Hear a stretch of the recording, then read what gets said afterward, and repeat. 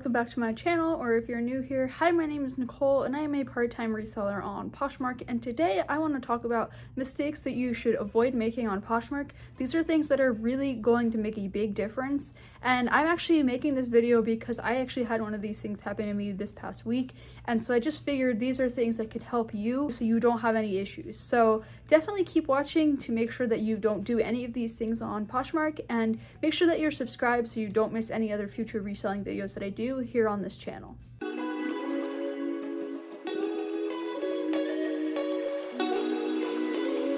Okay, so the first mistake that a lot of people make, including myself, is to not put all the measurements specifically for pants, but also for other garments.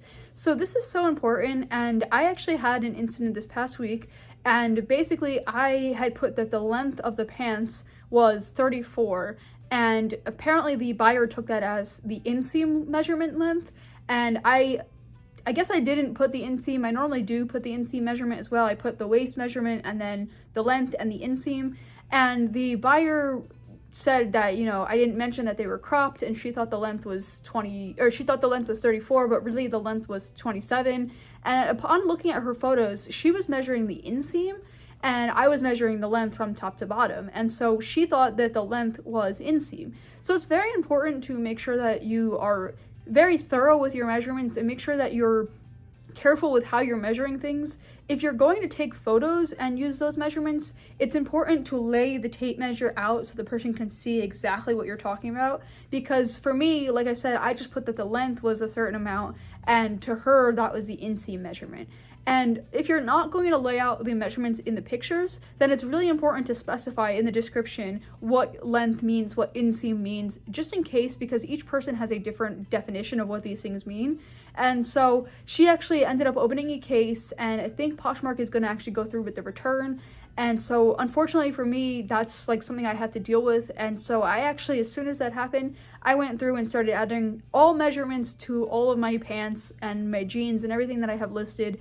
I started making sure that there is no confusion. I put waist measurements, I put inseam, I put rise, I put length. And, you know, so it's very important to make sure you cover all grounds, and that also goes for shirts and dresses and things like that. Put pit to pit, put length, put width. All these things are helpful because a buyer might not know how the item's going to fit unless you specify all these measurements, and it could be very misleading if they don't know. And it's going to save you from getting, you know, questioned or from misleading the buyer. So just provide all the measurements. It's going to save you in the end, and it's going to make your life so much easier. And you're going to thank yourself later because you're not going to have to deal with these ridiculous cases that you have to then get the item back and resell the item, because that was an item I was holding on to for a really long time. And it's unfortunate that I have to, you know, get the item back now and try and resell it again. But it's just one of those mistakes that now I'm never going to make again because I don't want to go through the same thing. So hopefully this can help you and not make the same mistake. Okay, so the next mistake that you definitely want to avoid making is to not, like, if you're not showing all the angles of an item, or if you're not including all the flaws of an item. This is so important to do because if you leave out the flaws, then somebody can open a case on you saying that you didn't disclose all the flaws, or, you know, they could leave you a bad review. And so just avoid all of this, be very upfront and honest. And honestly, in these cases, when I have a flawed item, I do discount the item. Most of the time it's pretty severe if the damage is, you know, good enough, but I just find it to be very important to disclose everything and make sure that you take every angle of the item in the photos. Make sure you're, you know, very thorough with your pictures. They give you a lot of pictures for a reason. I think they give you like 16 or so, 16 plus a video. So definitely get as close to that as possible. Take every angle, take close-ups, take far away pictures, take everything, get the front and the back, the inside, the tag measurement, and make sure you're covering everything, because too many times people will be able to open a case because you didn't, you know, disclose that there was a flaw, or you didn't disclose the material of something, or, you know, whatever the case may be. So just be thorough with your pictures, make sure you include everything, and if there is a flaw, make sure it's very obvious. I also recommend not only taking the photos and showing the flaw, but also putting it in the description and letting them know, like, hey, there is a flaw, just to let you know, like, here's a PSA. And that way it's really hard to miss, and then that way if they try and open a case that you didn't tell them that there was a flaw, it's right there in the description and the title, so you can't get in trouble for that. The next mistake that you should definitely avoid making is not having good lighting. So if you have bad lighting, it's going to be really hard for the buyer to be able to determine if they want to buy the item or not, and a lot of the times the coloring is off depending on when you take the photo.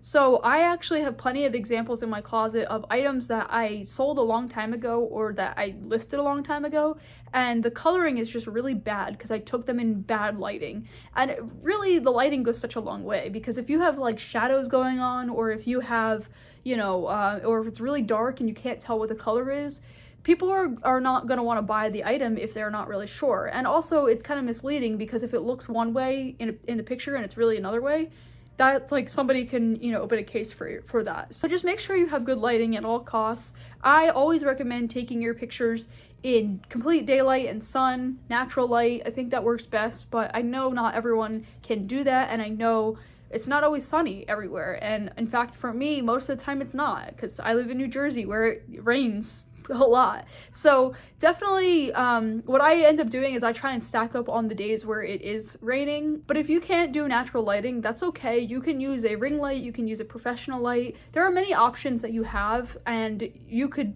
have a lot of success with using a artificial light, but just make sure that the item is clear and the color is very obvious, and that will go such a long way. And along with making sure the lighting is good, just make sure that the item looks good in the photo.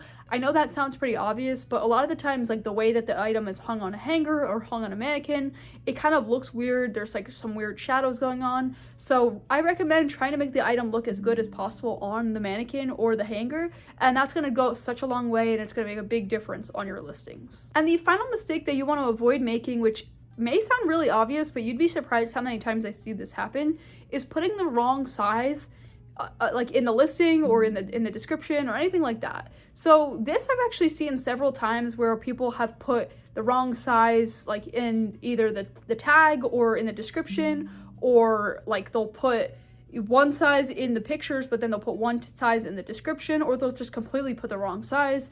So this is just confusing, misleading, and could definitely lead to problems. So I recommend just making sure that your sizes are right. And I know this, again, seems very obvious, but you'd be surprised how many people could mess that up in the process, especially if you're listing a lot. So make sure that you check your listings to make sure that the sizes are right. What I do is, like, now when I list something, I double check it. And I also check when I relist my items, because a lot of those items are old and I listed them a while ago. And so when I relist them, they're at the top of my closet. I check the size, I check the titles for flaws or anything, typos. And so just make sure, because if it's the wrong size, somebody can open a case and return the item, and you just definitely want to avoid doing that. Okay, so those are the things I wanted to talk about in today's video, things that you should definitely avoid doing. These are all things that I see so many people doing wrong that really make a big difference. And like I said, a lot of these can actually lead to cases or upset customers. And I think it's so important to make sure that the customer is happy. And I know that's impossible to do all the time, but I think there are certain things that are in our control, and these are things that are in our control. So just make sure that the listings are good, and make sure that they're accurate, make sure that you're descriptive. And this can not only save you from cases and returns, but also just from having to get questioned on certain things throughout, because I tend to get a lot of questions of people saying like, oh, what is the measurement of this? Or how does this fit? Or something like that. So if I was just upfront and honest with the measurements, with the fit and everything like that in the description, they wouldn't even have to ask me that question. And so it would just save a lot, and it would just be so much easier to just be descriptive from the start.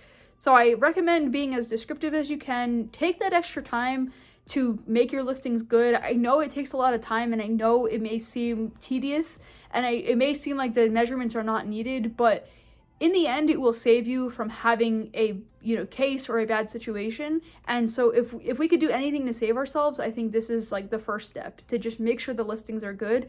And once you get into a good habit, you'll just continue that habit. So if you want to see another video on how August was for me in terms of sales, it was a rough month, but I'll just spoil that much, and I'll just say that. But if you want to see how August was, you can click right here to watch that. And if you want to see more features on Poshmark that you should be using that are going to help you have more success, you can go ahead and click right here. But until next time, I will see you then.